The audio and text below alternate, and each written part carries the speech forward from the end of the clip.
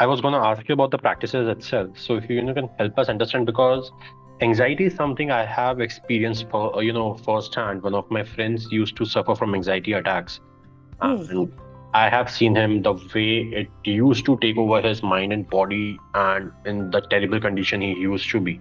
So I was going to come on to that point, how somebody who understands and is able to see the early signs of an anxiety attack or the early signs of being anxious as well, how can Right. they really calm themselves down? You talked about one of the triggers being acceptance, one of the reasons of anxiety being acceptance. Yes. So, and acceptance in relationships is a very big issue. So, if you can just touch upon these points in brief and help us understand how can one become self-sufficient or strengthen themselves internally to manage these situations in a much better manner.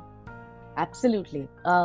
So, I want to let you know that before I come to the actual practices, just to have an idea. See, the more we understand about what's going on behind the scenes, the better prepared we are, even otherwise, isn't it? So, from that perspective, just to understand how, in any given day, we have between 60 to 70,000 thoughts. And research has shown that over 50 or 60% of these thoughts are repetitive. So they are perhaps like 8 or 10 thoughts that go on and on in our mind every day, hour after hour, year after year. This is a process that we call rumination. So if there is an expectation that we have not met, our self expectation or expectation of others that we have not met, or a need that has not been met, like you said, self acceptance, relationship needs, if these are not met, then chances are that is what we tend to ruminate about over and over, same thoughts. So the first idea is, when I say self awareness and noticing our external triggers, we also begin to understand what are our ruminating thoughts. What is the nature of the thoughts that we constantly talk about? Rumination is same thought over and over again. And if you actually spend a little time figuring out what are my everyday thoughts, you will perhaps realize that in the course of 5 or 10 minutes itself, you will be able to spot at least one thought that you think about repeatedly that causes stress for you. Perhaps it is, I'm not good enough.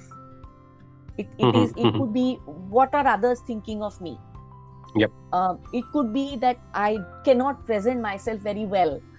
And so if you notice the nature of these ruminating thoughts, one of the common things about these ruminating thoughts that cause stress and anxiety are that they are judging you, they are self-judging, and they are self-critical. That is what causes them to keep coming over and over again. So the first thing is to notice that these are so even if you notice one thought, no, forget about 4 or 5. Even if you begin to understand that this is one thought that I ruminate about over and over again. So now we have learned that external stressors are maybe 1 or 2 things that we have. This is a good practice to start slow. Let's begin with something, 1 or 2 things, and then move the list. There will be a long list as we move in our life. But first, let's start with 1 or 2 external stressors. Then let's start with internal ruminating thoughts. Just 1 or 2. What is the nature of 1 or 2 thoughts that I think about every time? So that is helping us understand our unmet need. Why is it that I stress about repeatedly? Where is it coming from? So this unmet need. Now, you mentioned that your friend got into a panic attack. Now, already we call that a state where it is the level of anxiety has become so advanced that perhaps he needs professional help, he or she. But I'm talking about an anxiety where we can actually self-regulate and help ourselves. So we call the level where I have noticed that my anxiety is likely to begin because I'm approaching my stressors, is a state of spark. There's a little chingari kind of. And if I understand that it is now a flame, then I can stop it from becoming a forest fire. Right? So the Yep. idea of self-regulation is catching the anxiety at the level where it's just a spark. And that happens when we learn to observe. Now, observing is a skill. So one of the key practices of mindfulness in order to figure out where we get anxious is to watch our breath.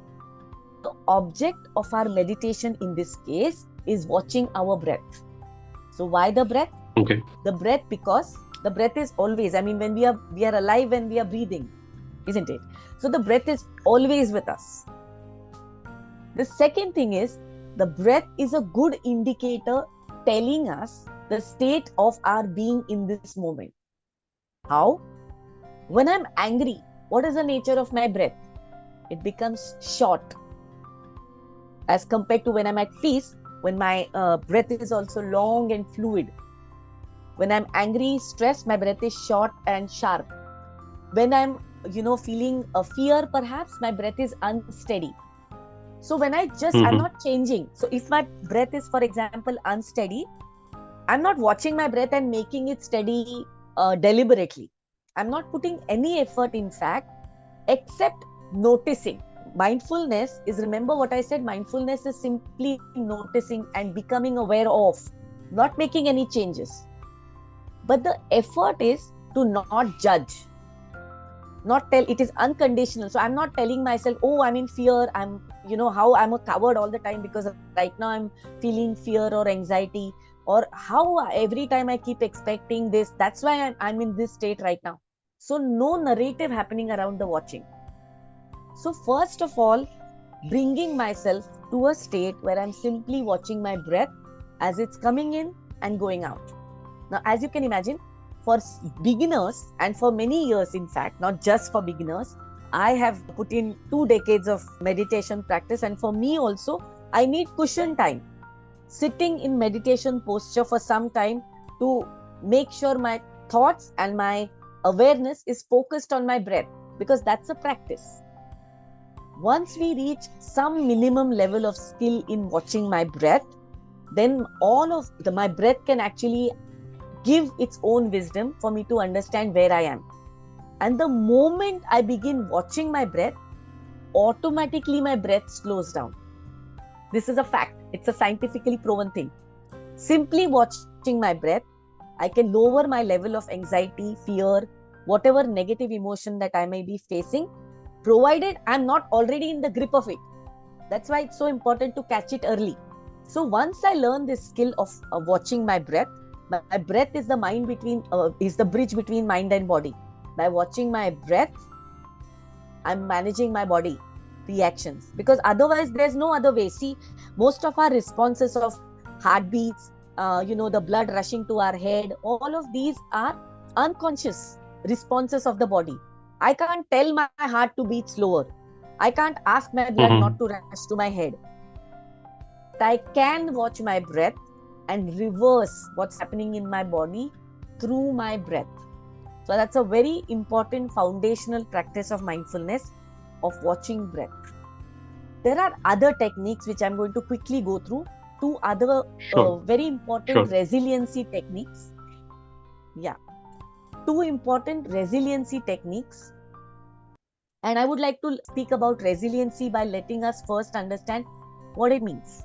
So resiliency is when we are under the grip of stress or anxiety, then most often our responses are not based on a balanced understanding of what's going on. We are reacting to the situation. So with resiliency, we are actually taking charge back.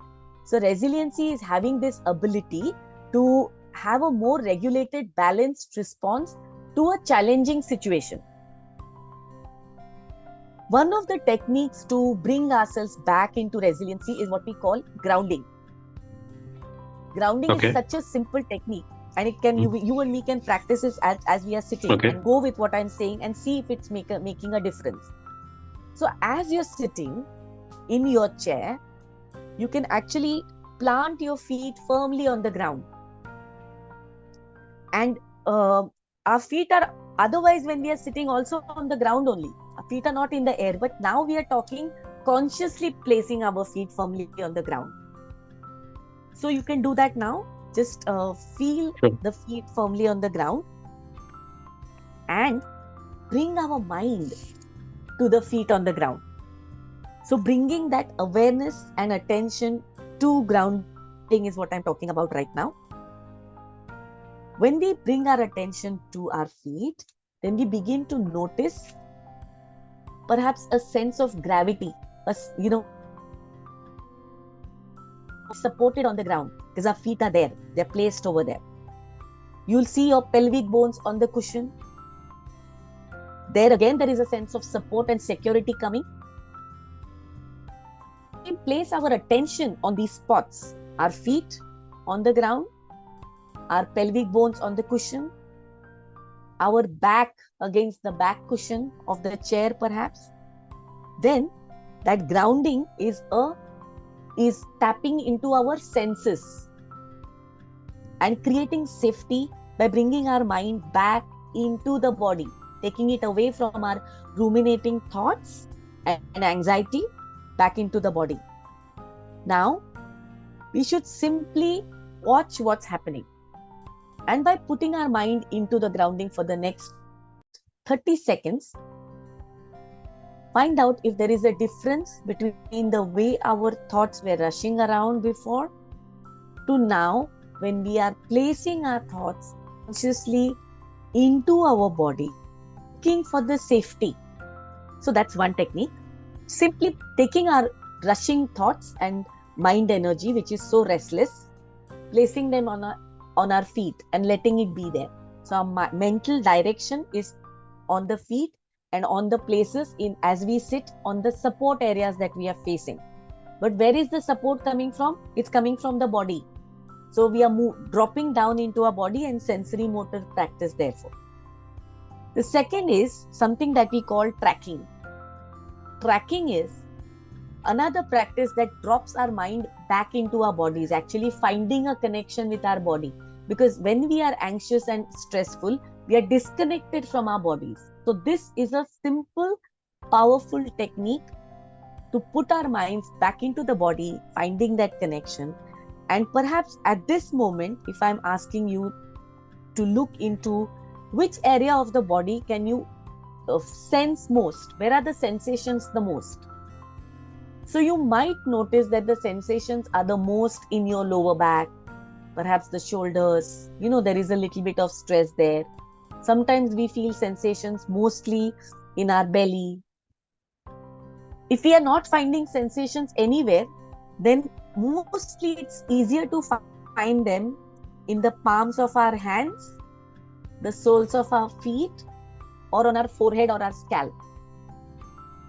So you might find a tingling sensation, perhaps a throbbing, warmth, coolness, just staying with those sensations. So the point here is not rating these sensations, what is the nature, and trying to figure out is this good or bad, what I'm feeling, sensing, actually dropping the thoughts and simply noticing the sensations as they arise and staying there. This whole process has the ability to slow down, bring space into our inner landscape and help our body self-regulate. So we bring ourselves back into a state of homeostasis. Homeostasis is a mechanism where all our body functions come back into balance, rather than our blood rushing, our heart rate rushing, or even depressed in some cases. We come back into balance and we give our body a chance to do that. So these are the three things that we can actually practice on a regular basis on the cushion, so that when we are actually facing a challenging situation or about to face one, because remember I said that we have already identified our triggering situations. We have already identified what happens, what is the nature of my thoughts, because these are the thoughts that happen connected with my challenging situations. So these two things I've already done. So once these two things begin to happen in my everyday life, my on cushion practice of watching my breath, of grounding and tracking can be called to assist me in my challenging situation in everyday life. Now I'm going to say one more thing here. Most people, when they hear this for the first time, they wonder if this is some kind of a hack. How is it possible? It's like anxiety and stress are such huge things, and you're saying such simple things are going to reverse them. So remember, this is an effort. It's not a hack. Only when you put regular effort into this kind of practice, which is simple but not easy. It's in fact one of the most difficult things to do, to turn our lens inwards, because we don't have the skills. We have never done it before, perhaps, and we don't have the skills to do it. So you might need guidance, perhaps professional guidance to begin with. But even if you don't need professional guidance, what I just said to you is possible to practice on our own. But the practice is a verb here. It's not a noun, which means it has to be rooted in action that is regular and on an everyday basis. Only then can it assist you when you actually face challenging situations and help you reverse that. No, I totally agree with you, Vanshri, on this. And consistency is something that really helps us to grow and evolve in our journey. So Absolutely. I'm totally, with you on this.